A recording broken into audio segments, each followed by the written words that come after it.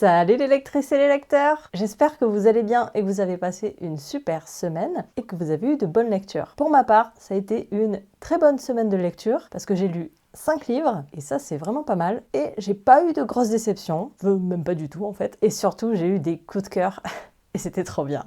Alors du coup, trêve de blabla, on y va. Parce que 5 livres, c'est pas rien à présenter. Ce que je vous propose, c'est que je vais y aller crescendo pour finir par mon coup de cœur. Le premier livre que j'ai lu, c'est Le manteau de neige de Nicolas Leclerc, qui a été publié en 2021. Dans ce thriller fantastique, et oui, c'est important de préciser que c'est fantastique, pour pas que vous soyez déçus si vous pensez lire un thriller, on suit Katia qui est aptophobe. Ça veut dire qu'elle ne supporte pas d'être touchée. Et de manière globale, elle ne supporte pas les contacts physiques. Katia, suite au décès de son grand-père, qui est mort de mort violente, elle va être amenée à retourner dans la ferme familiale avec ses parents et à partir de là, elle va commencer à voir des fantômes. Toute l'histoire va porter sur Katia, sur pourquoi est-ce qu'elle voit des fantômes et aussi il y a des meurtres qui sont commis ou qui ont été commis par le passé et tout l'intérêt va être de comprendre pourquoi ces meurtres sont commis et par qui. C'est pour ça que c'est un thriller. Alors moi j'ai lu ce livre en audio et je pense que c'était pas une bonne idée, enfin c'était une bonne idée sans en être une. C'était une bonne idée parce que l'ambiance était vraiment super. En gros, on est dans les montagnes du Haut-Doubs en hiver. Il y a de la neige et je trouve que l'auteur a très bien réussi à retranscrire cette ambiance qui est froide, qui peut être angoissante. Elle est angoissante par ce qui se passe dans le livre. Et j'ai trouvé ça très bien adapté pour l'audio parce que du coup, on est vraiment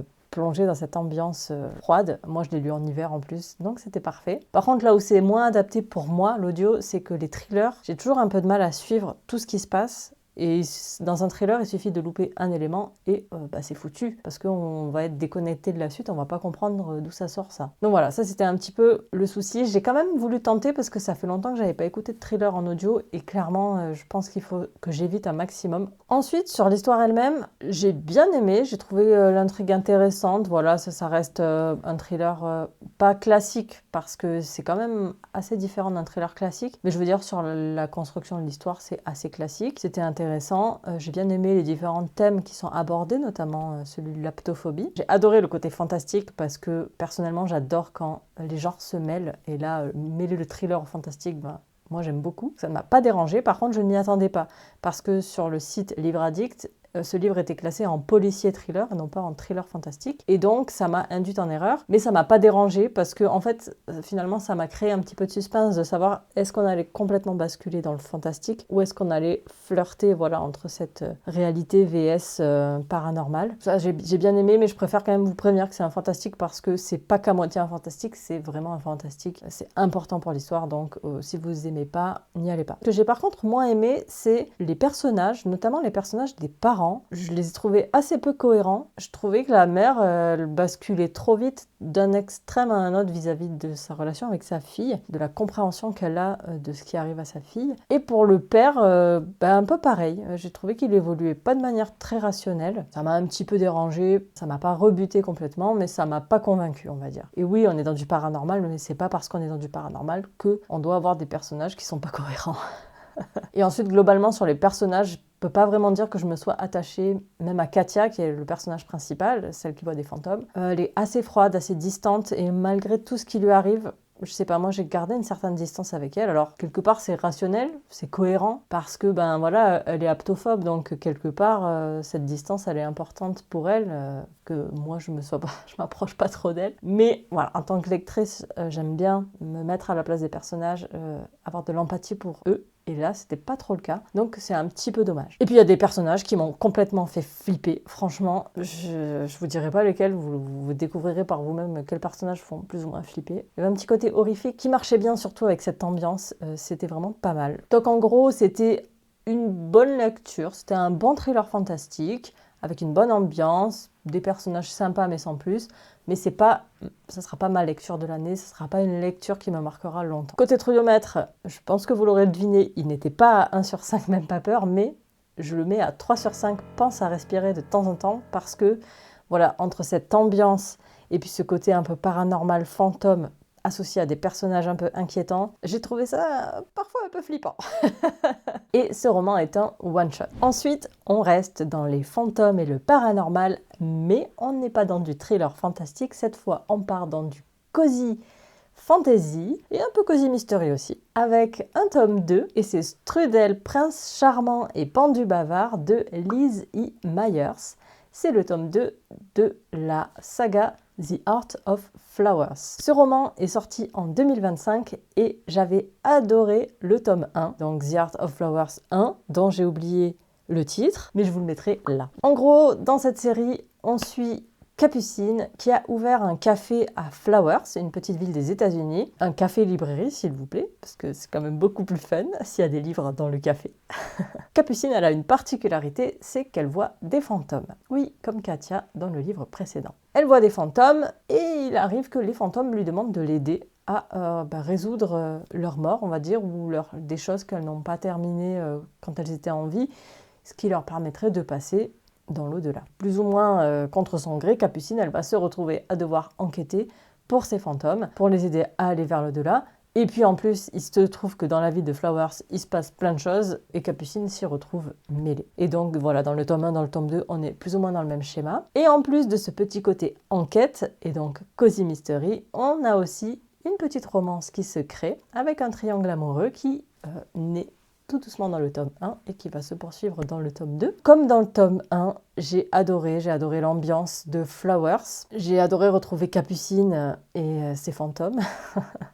Même si là, j'ai trouvé qu'il y avait un tout petit déséquilibre dans le tome 2. Je trouve que dans la première partie du roman, on est beaucoup centré sur la romance. Ensuite, il se passe aussi quelques autres choses qui vont être résolues dans la deuxième partie, avec du coup le côté plus enquête et résolution de l'enquête dans la deuxième partie. Et voilà, j'ai trouvé que c'était un poil déséquilibré. Après, j'ai aussi lu ce roman à une période qui était compliquée pour moi en termes de concentration. Et j'ai peut-être aussi loupé des choses dans la première partie qui font que ça a pêché pour moi après dans la deuxième partie parce que j'arrivais plus à savoir qui était qui et pourquoi est-ce que c'était comme ça. C'est absolument pas du fait de l'autrice, c'est totalement de ma faute. Et je regrette parce que vraiment, j'avais tellement aimé le tome 1, c'est bourré d'humour, il y a vraiment ce côté cosy aussi. Alors, le côté cosy, dans le tome 1, je l'avais vraiment retrouvé, je l'ai un petit peu moins retrouvé dans le tome 2. Il y a toujours le côté humoristique. En gros, tout ce qu'on trouve dans le tome 1, on le retrouve dans le tome 2, mais juste le côté cosy avec tout ce qui est café, librairie, je l'ai un peu moins retrouvé dans le tome 2. En fait, il y est, mais lié de manière différente. Bref, en tout cas, je continuerai de lire cette série parce que je l'adore. C'est un mélange de plein de petites choses que j'aime. C'est toujours une lecture légère, avec quand même une petite enquête, un petit côté fantastique qui, donc, vous l'avez compris, me plaît beaucoup. Côté trouillomètre, ça va sans dire, on est sur du 1/5, même pas peur. Même si j'avoue, là, dans ce tome 2, il y a un des fantômes qui est assez flippant. Mais bon, ça reste cosy, ça reste soft, hein, vous pouvez y aller. Ensuite, j'ai lu, et une fois de plus beaucoup aimé, un classique américain, Ne tirez pas sur l'oiseau moqueur de Harper Lee, qui est paru en 1960 aux États-Unis. Je suis choquée. Quand j'ai fait des recherches sur l'auteur, en fait, l'auteur n'est pas un auteur, c'est une autrice. Harper Lee est une femme. Et franchement, j'ai appris ça à la fin du roman. Et oui, ça a pris beaucoup de sens sur ce que je lisais. Quand j'ai lu le résumé de ce roman, avant de le lire, je m'attendais à une certaine chose. Je m'attendais à lire un procès d'un noir faussement accusé pour de mauvaises raisons, du viol d'une femme blanche. Du coup, de par le résumé, voilà, c'est ce à quoi je m'attendais. Et en fait, c'est pas du tout ce que j'ai lu. Ce que j'ai lu, c'est un roman d'apprentissage. On suit une jeune fille, scout, dans les années 30, aux États-Unis, en Alabama plus particulièrement. Et on va suivre l'enfance de cette jeune fille dans cette ville. Cette jeune fille, son père est avocat. Et il se trouve que son père va devoir défendre un noir lors d'un procès, effectivement, qui est accusé d'avoir violé une blanche. Mais ce procès, en gros, il reste... Alors, il n'est pas marginal à l'histoire parce qu'il est quand même central, mais c'est pas que ça l'histoire. C'est d'abord l'histoire d'une petite fille et de son frère et de leur père dans cette ambiance de l'Alabama des années 30 qui va du coup grandir dans cet univers-là avec son père qui, lui, a accepté de défendre un noir et donc qui le met dans une position d'être dans une position particulière qui fait qu'il va être rejeté par une partie des Blancs de leur ville. Pour moi, c'était un mélange entre un roman d'apprentissage parce qu'on va voir comment, du coup, toutes les idées du père et toutes les idées de la place des Noirs dans la société à cette époque-là va venir impacter les enfants. Comment, eux, à partir de ça, ils vont intégrer une mentalité ou la rejeter. Et donc oui, objectivement, si je prends du recul sur l'histoire, que j'ai aussi écouté en audio, la première partie de l'histoire, enfin une bonne partie de l'histoire est assez lente parce que en fait on prend le temps d'être avec ses enfants et ils vivent une vie d'enfant. Je veux dire, ils vont embêter le voisin parce que le voisin sort jamais de chez lui et donc ils veulent savoir mais qui est ce voisin? Et donc, ils vont établir des stratagèmes.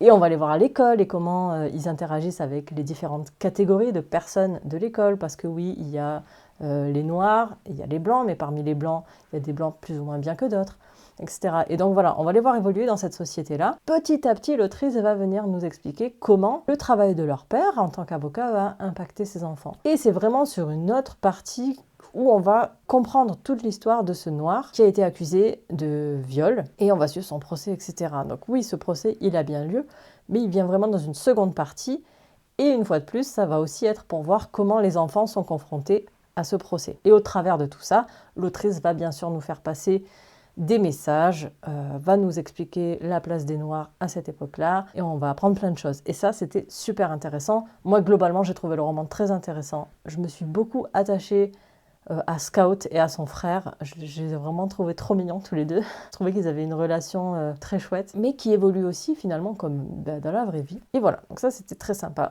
J'ai aussi beaucoup aimé le rôle du père, Atticus, qui est avocat, qui est père, qui est veuf et donc qui élève ses enfants seul. Et aussi, ça crée une relation spéciale avec ses enfants. J'ai juste un petit bémol. Alors, c'est un bémol à remettre dans le contexte de l'époque, c'est que, donc vous l'avez compris, le procès en question porte sur un noir qui aurait violé une blanche. Comme le roman est fait pour mettre en avant la place des noirs et comment est-ce qu'ils sont, en fait, juste parce que la personne est noire, il va être accusé, sans forcément qu'il y ait de considération autre que celle de sa couleur de peau. Comme c'est ça l'objectif, l'autrice a négligé qu'il y a aussi de la place des femmes qui était particulière. Et donc, en fait, en gros, pendant le procès, j'ai levé plusieurs fois les yeux au ciel de me dire mais oui, mais c'est pas parce qu'une femme, elle crie pas pendant qu'on la viole qu'elle est d'accord.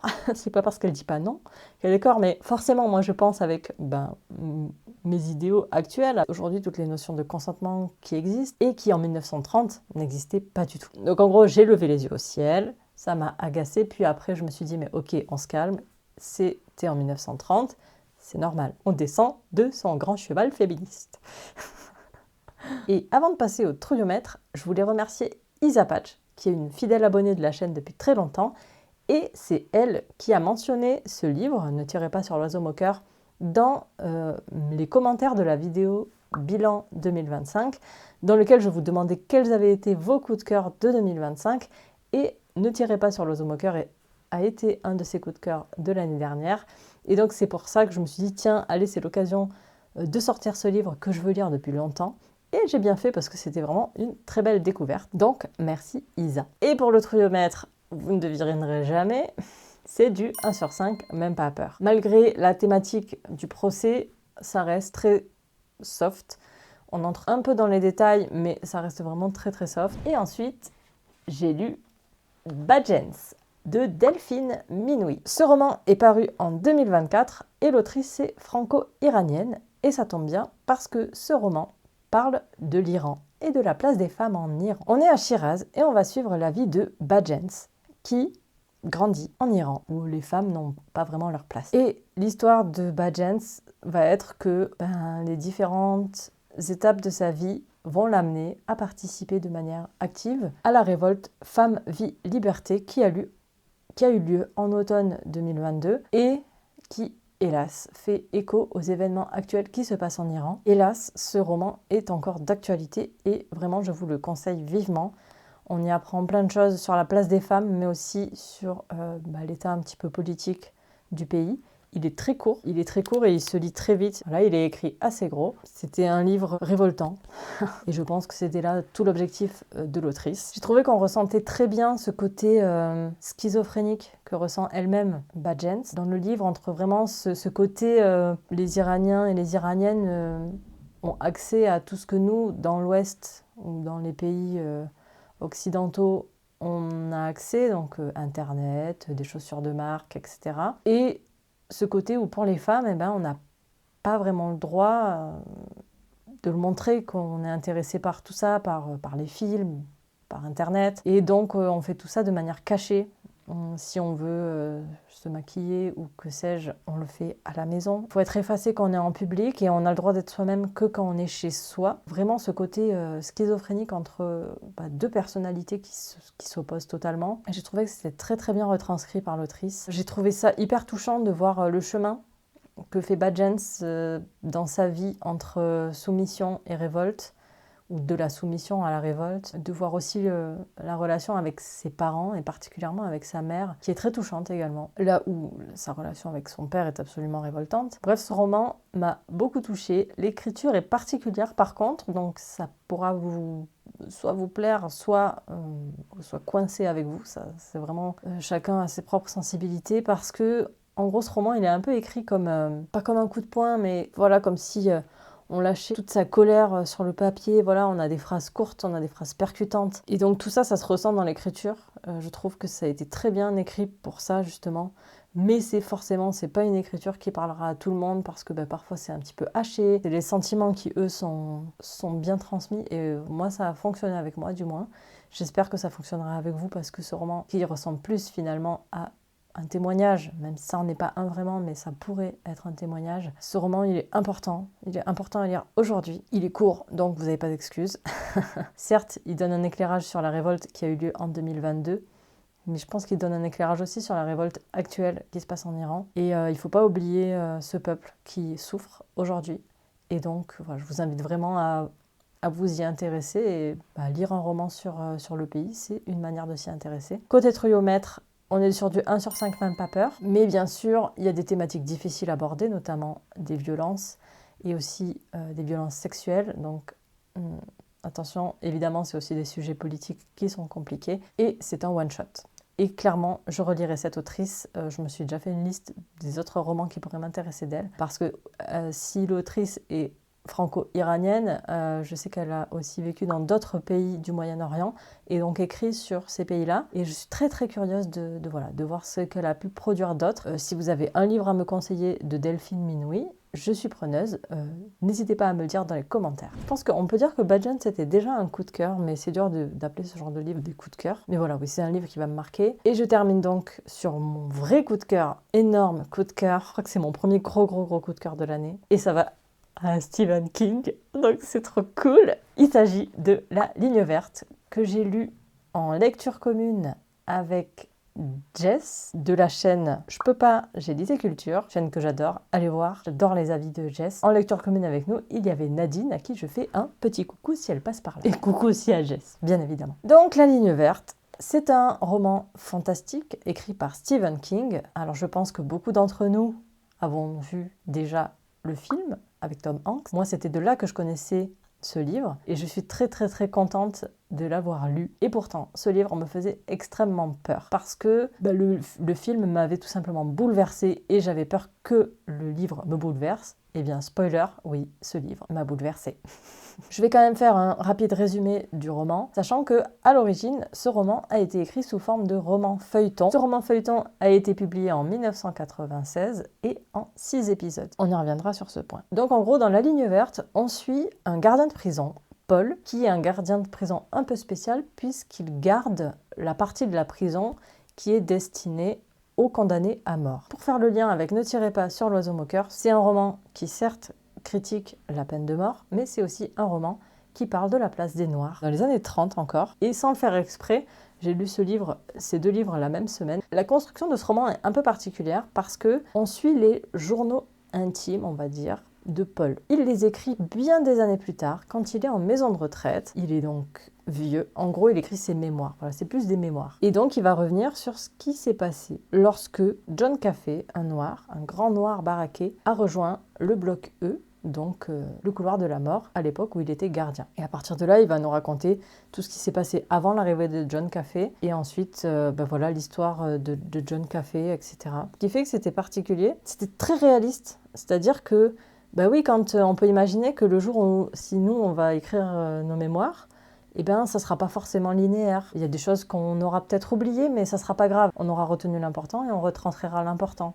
On n'aura peut-être pas les dates en tête, mais c'est pas grave, c'est la chronologie qui est importante. Je trouvais que c'était hyper réaliste, parce que du coup, on a vraiment des morceaux qui sont pas forcément chronologiques tout le temps. On va d'abord nous parler d'une chose et puis après d'une autre chose, mais qui était antérieure. Mais au final, tout ça s'imbrique très bien. Et je n'ai jamais été perdue. Et ça, c'est important.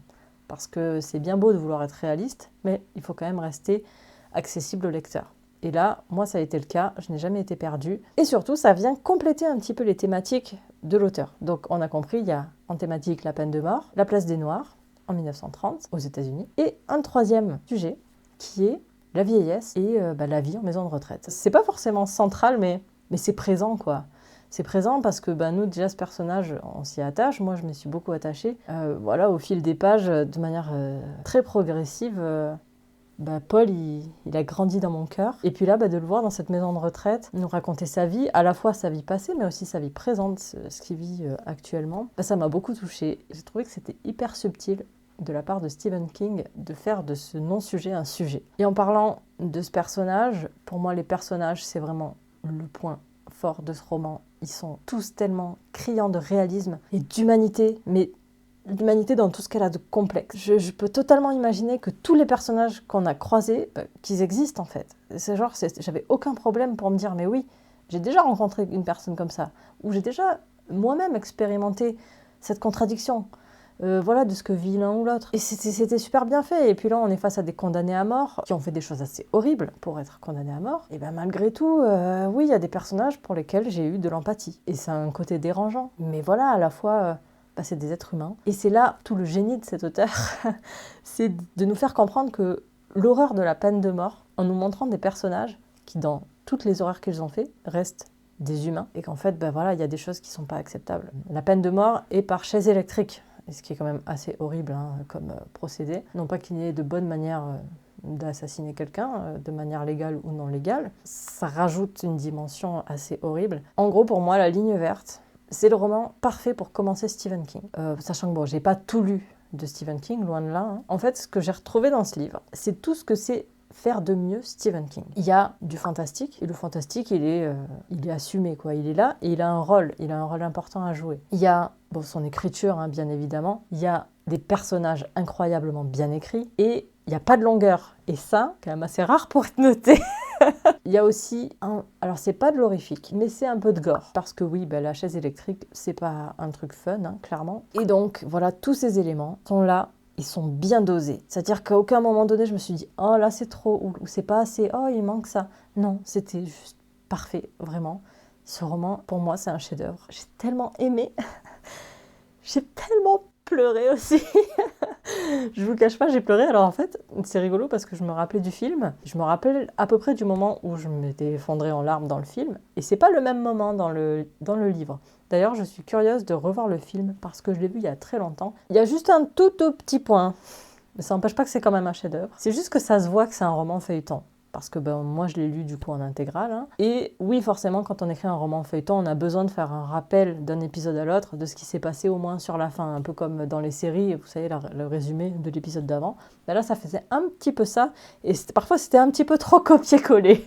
Il y avait clairement des passages, il s'était dit, là, je vais m'économiser quelques heures de travail. Je vais copier-coller juste ce passage. Ça se voyait un petit peu. Comme je savais que c'était un roman feuilleton, parce qu'il y avait eu le petit... avant-propos. J'ai compris que c'était pour ça et ça m'a absolument pas dérangé. C'est vraiment le tout petit bémol. Donc en gros, si vous voulez découvrir Stephen King, je vous conseille La Ligne verte. C'est un très bon condensé de Stephen King dans ce qu'il sait faire de mieux. Oui, c'est émouvant. Oui, ça porte sur des thématiques qui sont fortes, qui sont importantes et qui sont toujours d'actualité. Je vous conseille vraiment ce livre. Il est trop bien. Le trouillomètre, quand même, avant de partir, je l'ai mis à 2 sur 5, ok, mais lis-le en journée. Notamment parce que plusieurs fois, j'ai eu un sentiment d'oppression, parce que l'auteur, il arrive à nous faire comprendre vers quoi on va, et c'est inéluctable. C'est qu'on sait vers quoi on va. Et on sait on peut pas le changer parce que l'histoire, elle est écrite. À la fois, c'était frustrant de ne pas pouvoir changer l'histoire, mais c'était aussi oppressant de se dire « Ah, ça va être horrible !» Et oui, souvent, c'était horrible. Et donc, ce côté oppressant était pas toujours facile. Et puis oui, il y a aussi une ou deux scènes quand même assez gore. Moi, c'est pas quelque chose qui me dérange, le gore. Je suis plus gênée par ce côté oppressant, là, vous voyez, où vous avez le sentiment d'être coincé dans un tunnel et vous pouvez pas vous échapper parce que il va forcément se passer ça. Et moi, des fois, c'est des choses qui m'angoissent beaucoup. Voilà, j'ai ressenti un petit peu ça dans ce livre. Ça faisait pas peur en soi. On n'est quand même pas dans l'horrifique, mais voilà, vous êtes prévenus. Et c'est un one-shot, donc c'est bien. Grosso modo, cette semaine, j'ai avancé dans une saga. Je suis à jour même dans cette saga, The Art of Flowers. Donc je suis plutôt fière de moi. Et j'ai pas commencé de nouvelles sagas. Je suis en train de réfléchir. Non, c'est bon. Vous pouvez m'applaudir. Bravo. Bravo. Cette vidéo a duré beaucoup plus longtemps que d'habitude parce que il y avait 5 livres. Donc, je vous remercie d'être resté jusqu'au bout. N'hésitez pas à me dire, vous, ce que vous avez lu cette semaine. Est-ce que vous avez eu de bonnes lectures ou de moins bonnes lectures? Et je vous dis à très bientôt. Ciao!